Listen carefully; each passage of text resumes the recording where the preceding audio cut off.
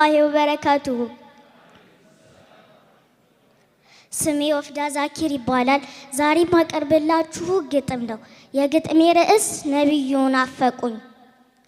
ያ የህይወት ቀመር የኑሮ መመሪያ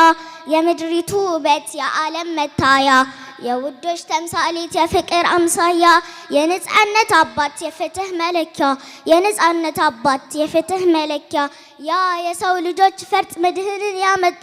ሙሽሪክ ውሾችን አይቀጡ የቀጣ ሆዴም ባር ባር አለው አይኔም እሱን ቃጣ ውስጤ ተላወሰ አንጀቴ ተቆጣ ውስጤ ተላወሰ አንጀቴ ተቆጣ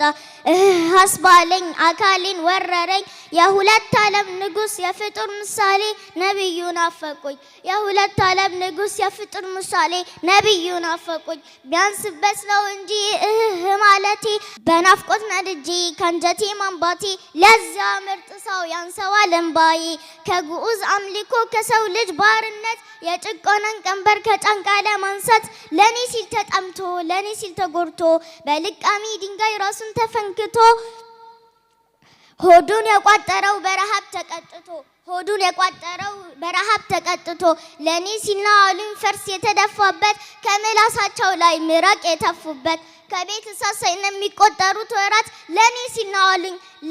ነው አሉኝ ከኖሩበት ቀዬ ፈንቅለው ያስወጡት መች ለራሱ ያስባል ነው እንጂ ለኡመቱ እኔን ሊያቀና ህይወቴን ሊያድሳት የዘላለም ህይወት ደስታንም ሊሰጣት የዘላለም ህይወት ደስታንም ሊሰጣት የጀሊሉን ጸጋ ጀነትን ሊያሳያት ለኔ ሲል ነው አሉኝ ደብድበው አሰቀው በሰው ዘንድ አዋርደው ሰድበው ያሰደዱት ታዲያ ምን ይገርማል ለዚያ እንቁ ሰው አይኔ ቢያነባለት አንጀቴ ቢቃጠል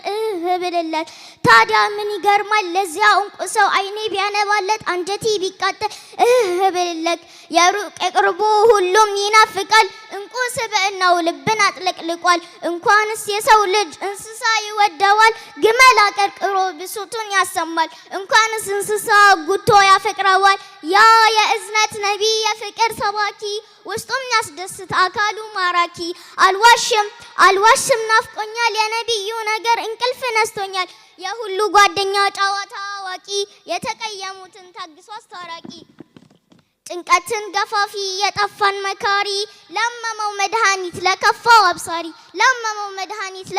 አብሳሪ የቲሞች አባት የሚስኪን ጓደኛ ዛሬ በናፍቆቱ ተቃጠለንኛ ሌሊቱን በመስገድ እግሩ እስኪሰነጠቅ ኡመቲ ህዝቦቼን እንዳለ እምባካ